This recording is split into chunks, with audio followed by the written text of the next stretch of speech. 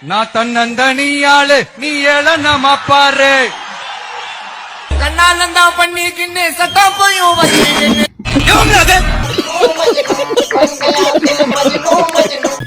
பஞ்சாயத்தடா முடிச்சு வச்சு பாரு நமக்காக அம்பட்டு பெண்ணும் புள்ள குட்டியோட வெயில்ல காத்து கிடக்குறாங்களே. எபோ 50% வந்து இவர் ஓட்டு வாங்கிடுவார். ஃபர்ஸ்ட் பாயிண்ட் 50% டெஃபினட்டா 50% ஓட்டு வாங்கிடுவாருங்க. டேய் என்னடா மூஞ்சி இது, இதெல்லாம் வியாபாரம் ஆகாது. எனக்கு இருக்கு. அதனால அந்த ஓட்டு வாங்குறத வச்சு 53% பொழுது it can be go across even 170 seat. It can be go across even 170 seat. என்னது யப்பா யப்பா ஏற்கனவே நான் பட்ட அவஸ்தை பத்தாதா மேற்கொண்டு நீ வேற கரண்ட் கம்பியில கோர்த்துட்டு போறாரா மாப்ள. பாரு இது நான் உனக்காக செய்யல எனக்காக செய்யறேன். கமெண்ட்ரே நிறைய பேர் இந்த சர்வே ரிப்போர்ட்லாம் சொல்றாங்க இல்லையா சார், விஜய் அவர்கள் வந்து ஒரு 15ல இருந்து 20% வேணா ஓட்டு வாங்கலாம், ஒரு 4-5 சீட்டு ஜெயிப்பாரு. டிஎம்கே தான் இந்த வாட்டியும் ஆட்சி அமைக்கும். நீங்க சர்வே எடுக்கிறீங்களா, ஒரு 5000 பேர் 6000 பேர் சர்வே எடுத்துக்கிட்டு டோட்டல் இப்படி வரும் அப்படின்னு தான் நம்ம பேசுறோம். குறைஞ்சது ஒரு 35 லட்சத்துல இருந்து 40 லட்சம் பேரை சர்வே எடுக்கிறோம். சார் அதெல்லாம் இதெல்லாம் பெய்டு சார். அவங்க ரசிகர்களால பரப்பப்படும் ஒரு வதந்தி தான் அது. தலைகீழ நின்னாலும் முத்துவேல் கருணாநிதி ஸ்டாலின் இருக்கிற வரைக்கும் தமிழ்நாட்டில் அவர் தான் முதல்வர். 2 பேருக்கு நடுவுல தான் போட்டியே, ஒன்னு டிவிக்கு இன்னொன்னு டிஎம். அதனால அவ்வளோ ஒன்றும் சான்ஸ்லாம் அவருக்கு கிடைக்கிறதுக்கு வாய்ப்பு இல்லை. ஏதோ இந்த ஓட்டு இல்லாத பிள்ளைங்க மற்ற சின்ன சின்ன பசங்க வந்து புரியாமல் ஏதோ கத்திக்கிட்டு போயிட்டு வந்துக்கிட்டு இருக்காங்கிறதுக்காக ஜெயிச்சிருவாரு வந்துருவாரு அப்படிங்கிறதெல்லாம் ஒரு சாத்தியமில்லாத பேச்சு.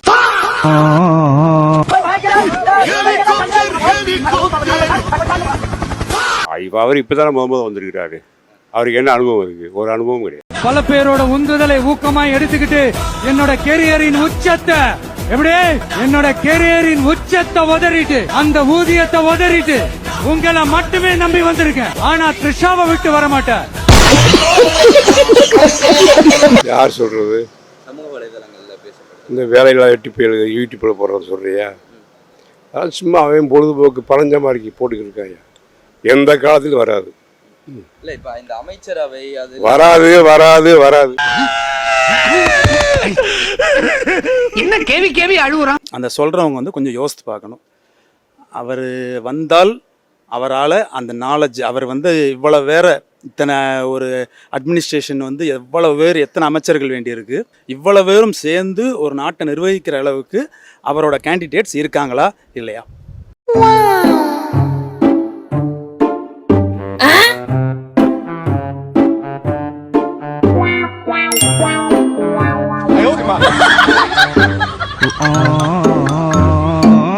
அந்த மாதிரி ஜாதகம். விஜய் ஜாதகங்க அதிகமா உழைக்கிற ஆளு, மெனக்கிற ஆளுங்க, ரொம்ப பாசிட்டிவான கேரக்டர்.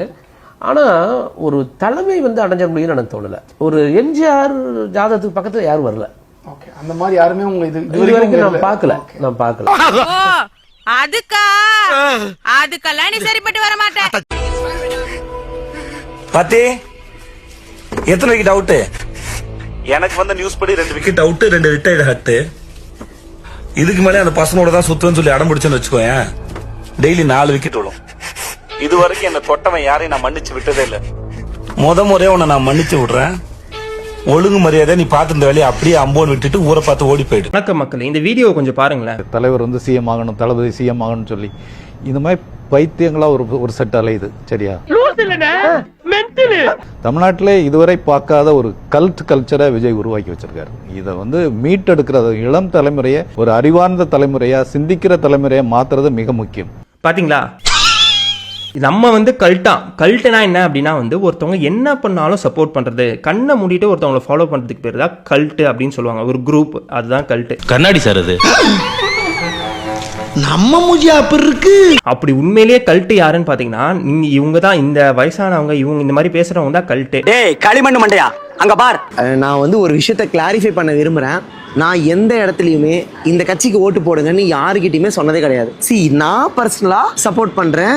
தளபதியை எனக்கு சின்ன வயசுல இருந்து எனக்கு பிடிக்கும். இதனால வந்து உனக்கும் அதான் பிடிக்கணும், நீயும் அதுதான் பண்ணணும் சொல்றது தப்பு. நான் ஒரு தனிப்பட்ட நபர் மேல வச்சிருக்கிற பாசத்தினால, பிரியத்தினால, நம்பிக்கைனால அவருக்கு நான் ஓட்டு போட்டேன்னா தட் டசன்ட் மீன் நீங்களும் அவருக்கு போடுங்க நான் சொல்றேன்னு கிடையாது. சோ அதை நீங்க புரிஞ்சுக்கோங்க. மே 4ஆம் தேதி எங்க அண்ணன் ஜெயிச்சாருன்னா எனக்கு ரொம்ப சந்தோஷம். இந்த தற்கொலை சொல்றா என் அண்ணனை எனக்கு பிடிக்கும், அதனால நான் ஓட்டு போட்டிருக்கேன். அதனால என் அண்ணன் வந்து ஜெயிச்சு அதன்னு சொல்றான். டே தற்கொலை நாய, உன்ன நான் பிடிக்கின்றதுக்காக நீ வந்து ஓட்டு போட்டிருக்கே. தமிழ்நாட்டோட மக்கள் தொகை 8 கோடி பேர். 8 கோடி பேர் மக்களோட வாழ்க்கை என்னடா, அதை பத்தி யோசிக்க மாட்டேடா. களத்துல நமக்காக நிக்கிறானா, நமக்காக பாதுகாப்பா ஒரு தலைவன் வருவானா அப்படின்னு பார்த்து போடுங்கடா. சினிமாக்காரா என் அண்ணன் எனக்கு சின்ன வயசுல நான் பார்த்திருக்கேன், அதனால நான் அவருக்கு ஓட்டு போடுன்னு சொல்றது என்னடா முட்டாள்தன்மையோட பைத்தியக்கார நாய்களா.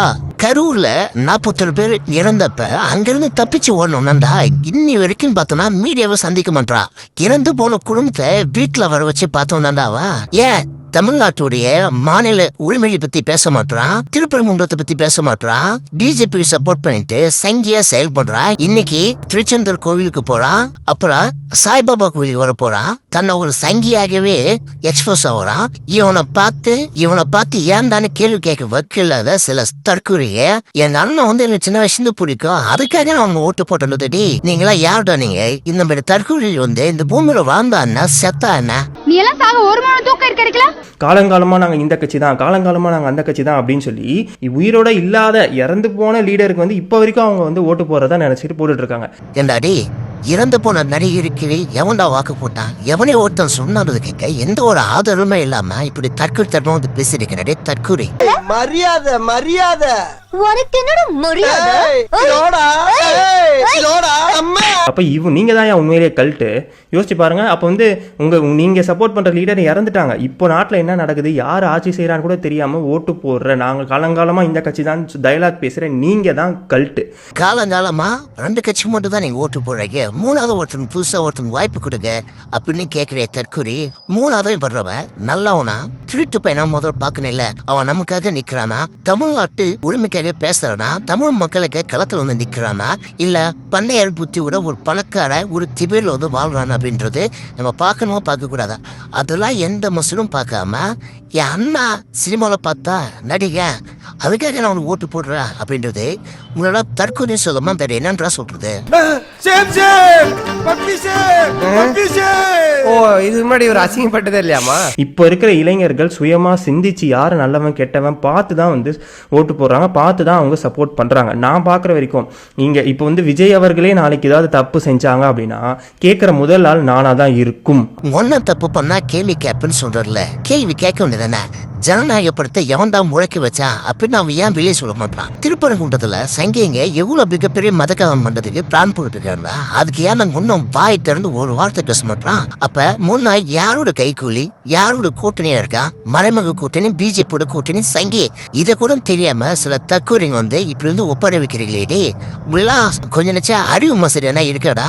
அது தெரிஞ்ச நாயா இங்க வர்றேன், தெரியாம தான் இங்க வந்து குத்த வச்சேன். விஜய் அவர்கள் சூஸ் பண்ண எம்எல்ஏவோ மினிஸ்டரோ யாரு தவறு செஞ்சாலும் நாங்களும் அதை கேள்வி கேட்போம் அப்படின்னு பல பேர் மைண்ட் செட்ல இருக்காங்க. இதை நீங்க நம்பாம கூட இருக்கலாம், உண்மை அதுதான். தள்ளி கிழிச்ச காத்துல தள்ளிக்கிட்டு இருக்க ஏன்டா முன்ன தேர்ந்தெடுத்த வேட்பாளரோட லிஸ்ட் நீ முதல்ல பாத்திருக்கேடா.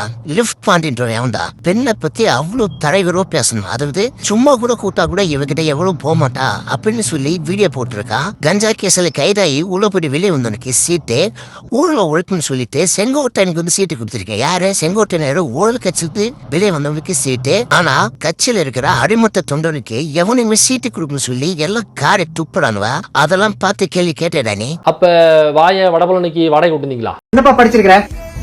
இன்ஜினியரிங் படிச்சிருக்கேன் சார். கழுத்துல என்ன ஸ்டெத்தஸ்கோப்? சர்ஜரி பண்ண போறேன் சார், மக்களுக்கு வந்து சேவை பண்றதுக்காக வேண்டி. சுத்தமா சம்பந்தமே இல்லாம இருக்கேப்பா. அவர் தான் சேவை செய்ய வரேன்னு சொல்றாருல சார், அவருக்கு ஒரு வாய்ப்பு கொடுங்க சார். சர்ஜரி பத்தி உங்களுக்கு வெண்ணையாடா தெரியும், எப்படா சான்ஸ் கொடுக்குறது? நல்லா டான்ஸ் ஆடுவார், கொடுங்க ஒரு சான்ஸ். அப்படியே காரிய மூஞ்சில் துப்பிட்டா நான் அப்படியே ஷாக் ஆயிட்டேன். திருச்செந்தூர் முருகன் கோயிலில் பட்டு வேட்டி துண்டு அணிந்தபடி அதிகாலையில் சென்ற தமிழக வெற்றி கழக தலைவர் விஜய் மனமுருகி வழிபட்டார். நீ பழனிக்கே பால் காவடி எடுத்தாலும் ஒரு அடி நகராது. நம்ம சாதாரண மக்கள் வாக்கிங் போறோம் வரோம் ரெடி பண்ணி 200 கோடி சம்பாதிக்கிற நாயவா, 200 கோடி சம்பாதிக்கிற நாயவா கேக்குது, 200 கோடி சம்பாதிக்கிற நாயவா, அவனுக்காக நம்ம ஏன் நினைக்கிறோம்? ஏன் தம்பி இப்படி அடிக்கிறாங்க? உங்களை இப்படி பண்ண உங்களை சும்மா விடக்கூடாது தம்பி. இப்போதைக்கு வீரம் முக்கியம் இல்ல, விவேகம் தான் முக்கியம். சட்டு புட்டு ஸ்பாட்டை காலி பண்ணிட்டு நம்ம ஏரியா பக்கம் போயிருவோம். சரி பண்ணி. ஆமா ப்ரோ, திருச்செந்தூர் கோயில முருகரை பாக்குறதுக்கு 6 மணி நேரம் 8 மணி நேரம் லைன்லயே நிக்க வேண்டியது இருக்கு ப்ரோ. நீங்க ஒரு விஐபினா உடனே போயிட்டு காமிச்சிட்டு நான் உள்ள போ விஐபி அப்படின்னா நாங்க வந்துட்டு ஈஸியா வந்துட்டு உள்ளக்க போயிடுறாங்க. நாங்க என்ன பண்றது சொல்லுங்க? நாங்க வந்துட்டு 6 மணி நேரம் 8 மணி நேரம் அந்த கூட்டத்துல இருந்து பாக்குறோம். மத்தபடி நீங்க ஏதோ ஒரு 1000 ரூபாய் கூட 2000 ரூபாய் கூட உடனே போய் நான் உள்ள போய் உன்னைய சாமியை போய் காட்டுறேன் அப்படின்னு சொல்லி கூட்டிட்டு போறாங்க. இதெல்லாம் கண்டிப்பா மாறணும் ப்ரோ. இப்ப விஜய் திருச்செந்தூர் கோயிலுக்கு போயிருக்காரு, அப்புறம் சீரடி சாய்பாபா கோயிலுக்கு போறாரு அப்படின்னு சொல்றாங்க. பயப்பரியா ஒரு பக்கம் பெரியார கொள்கை தலைவர் அப்படின்னு அறிவிக்கிறது, அப்புறம் தேர்தல் முடிவு நெருங்கும் போது இப்படி கோயில் கோயிலா சுத்துறது. வெக்கமா இல்ல உனக்கு? சோறு தானே திங்கிற? அறிவு கெட்டவன, மானம் கெட்டவன, வாய பாடுறா மாடு மாதிரி மின்னுக்கிறியடா. இப்பதான் ஒரு வாரத்துக்கு முன்னாடி திருச்சியில தேவாலயத்துல முட்டி போட்டு நடந்தாரு, அப்புறம் மசூதிக்கு போனாரு, கோயிலுக்கு போனாரு.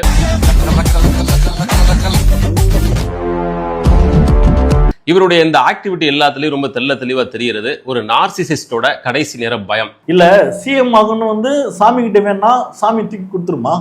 மக்களுக்கு நீ வந்து நம்பிக்கை கொடுக்கும் விதமா நீ களத்தில் நிக்கக்கூடிய ஒரு ஆளா இருந்தா கண்டிப்பா மக்கள் ஓட்டு போடுவாங்க. ஆனா நம்ம தலைவனுக்கு பயம் வந்துருச்சு. ஆஹா, எப்படி நமக்கு வந்து ஆப்பு சொருக போறோன்னு சரி நடத்தின டிராமால இது ஒரு டிராமா பண்ணும் அப்படின்னு மாரி ஸ்கிரிப்ட் பண்றாரு. எதுக்குடா இந்த மானங்கட்ட பொழப்பு?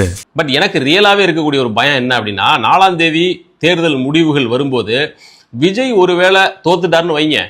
விஜய்னா விஜய் போட்டியிடுற 2 தொகுதியில தோக்கிறத மட்டும் சொல்லல, அவருடைய ஒட்டுமொத்த தாவேக்காவுமே வாஸ் அவுட் ஆகுது, ஒரு தொகுதியிலோட ஜெயிக்கல அப்படிங்கிறது ஒரு சினாரியோ. அப்படி நடக்குது அப்படின்னாக்க இந்த தாவேக கட்சிக்காரங்க எல்லாம் தாங்குவாங்களா? அத தெரியலையப்பா. நீ யார் கோட் போட்ட சொல்லு? விஜய்க்கா. நீ யார் கோட் போட்டப்போ? நான் விஜய்க்கு. நீ யார் கோட் போட்ட? விஜய்க்கா. வெற்றி வெற்றி வெற்றி வெற்றி நாங்க ஜெயிச்சிட்டோம்.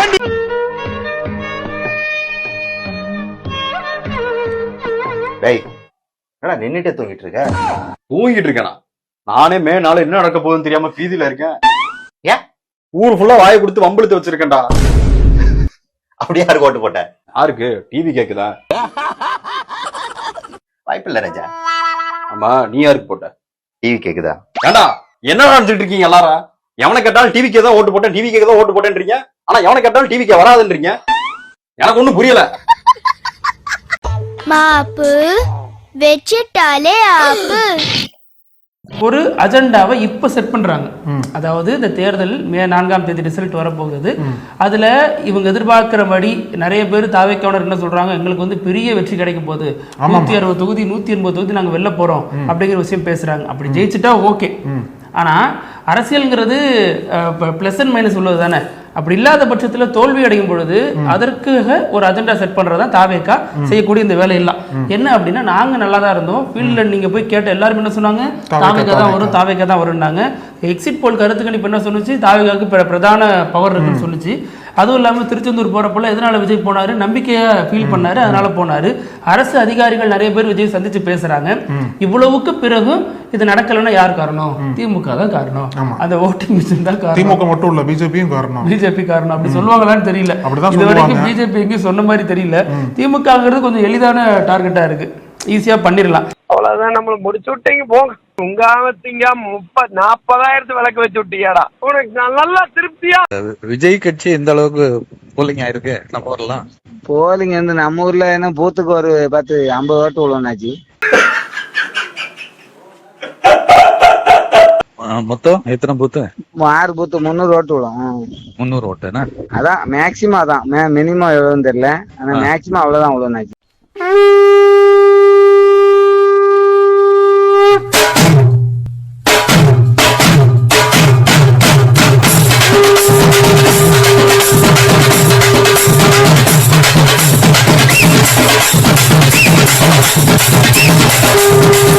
ஓட்டு போட்டா யாருக்கு ஓட்டு போட்டா? அப்படியோ என்னம்மா, நீ விசிலுக்கெல்லாம் போட நினைச்சேன். நீங்க யாருக்காக்கா? நீ யாருக்கு?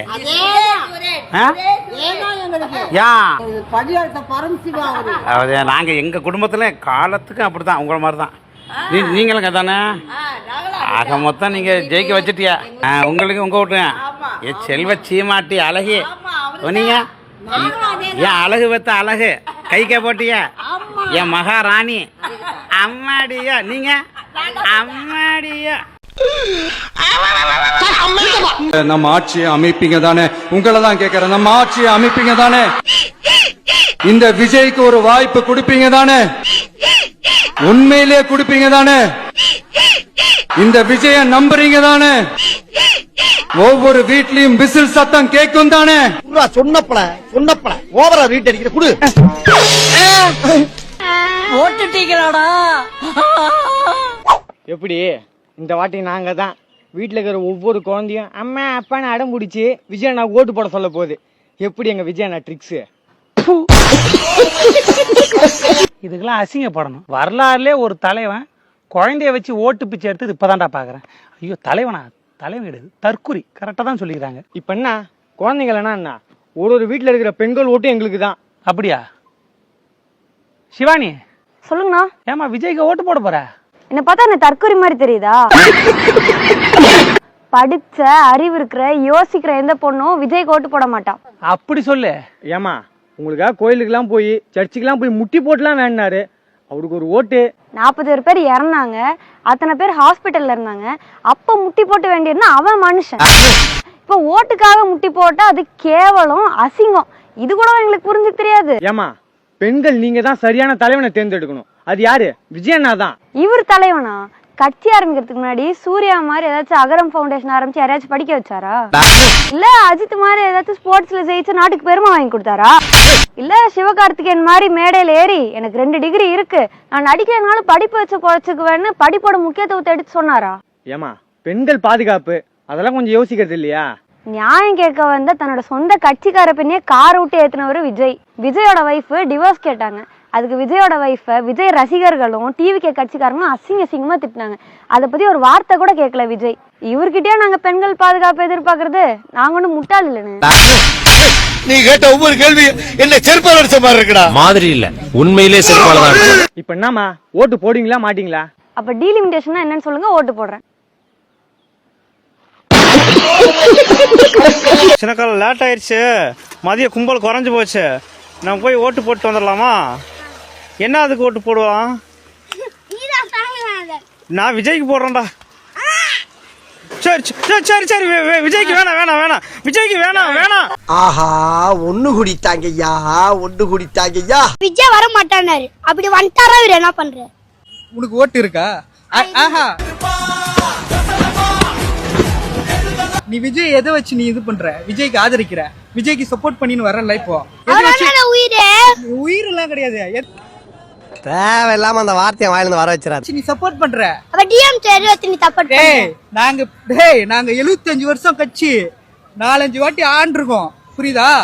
6 முறை ஆண்டிருக்கோம், இது 7வது முறை. விஜய் எத்தனை வாட்டி அரசியல் பேசுறாரு? இந்த 3 வருஷம் வீட்டை விட்டு வெளியில வர மாட்டாரு. அப்டேட் இருக்கு. ஒரு அப்டேட்டும் இல்ல ப்ரோ. கடை நல்லபடியா போயிட்டு இருக்கு. கடையை பார்த்திருக்கேன். கடையை விட்டா வீடு, வீடு விட்டா கடன். அதாவது ஆபீஸ் விட்டா வீடு, வீடு விட்டா ஆபீஸ். அவ்வளவுதான். ஓ, அவரோட ஃபாலோவர்னால சூப்பர். யாரு வாங்கண்ணா. ஓகே, ஒன்னு ஆபீஸ்ல இருப்பீங்க, இல்லனா வீட்ல இருப்பீங்க. ஆமா சூப்பர். ஆனா எவ்ரிடே போயிருவேன். ஆஹா, சிறப்பு. அவர் எது போலன்றியா? நான் சொல்றேன் எவ்ரிடே போயிருவேன். போறவெல்லாம் மாவாடிட்டு போறாரு. அவருக்கு வந்து எல்லாரும் சப்போர்ட் பண்றீங்க. இங்க பாரு, உங்க ஆளுக்கு வந்து பிரச்சாரம் பண்றதுக்கு இப்ப வரைக்கும் வரவே இல்ல, புரியுதா? எத்தனை நாளுக்கு வரவே இல்ல. அதுதான் உங்களை மாரி ஆளுங்க தான். ஆனா இந்த மாதிரி ஓட்டு இல்லாத பசங்க, இந்த மாதிரி சின்ன பசங்க மட்டும் தான் டிவிக்கே வரும்ன்றாங்க. மற்றபடி இந்த மகளிர் எல்லாம் இருக்காங்க, அவங்கள யாரும் சொல்ல மாட்டாங்க. இதோ அவனுக்கு என்ன வயசாகுது, படத்துல நடிக்கிறதால அதை பார்த்துட்டு வந்து விஜய் தான் எங்க போனாலும் வந்துடுறானுங்க. ஐயோ, ஒரு பைத்தியக்கார பைலட் இந்த நாடு மக்களும் மாட்டிட்டு படுற பாடு.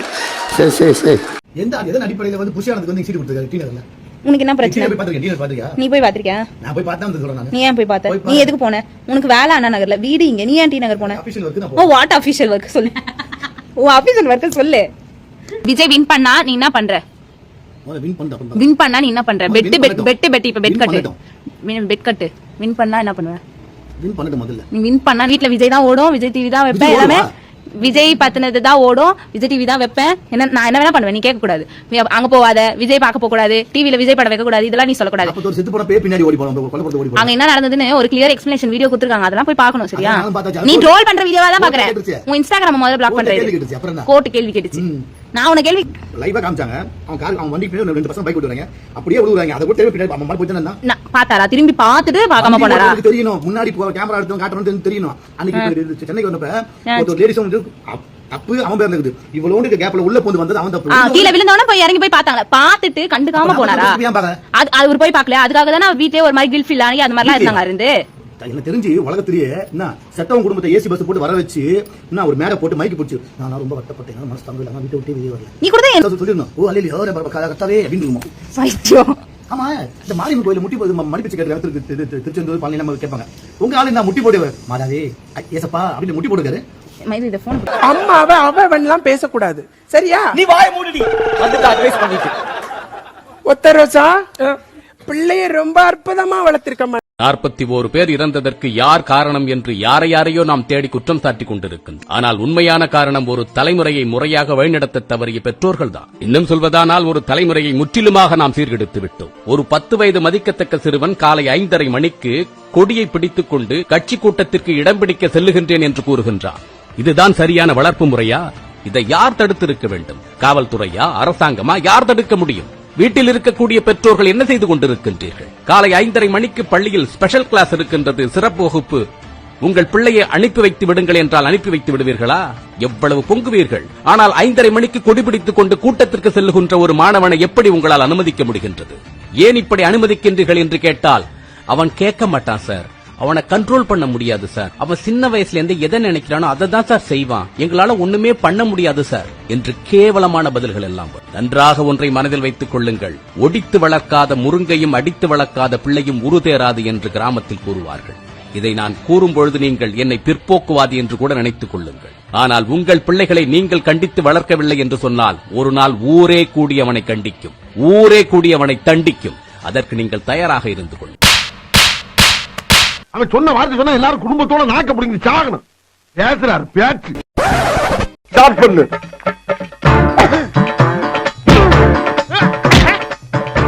இங்கிட்டு வா. அப்படியா படைக்கலடி மண்டல மட்டும் அடிச்சிடாத, குலக்கேசல் உள்ள போயிருவேன். சரியா? உங்க வீட்டு பிள்ளையா நினைச்சு எல்லாரும் என்னை மன்னிச்சிருக்க.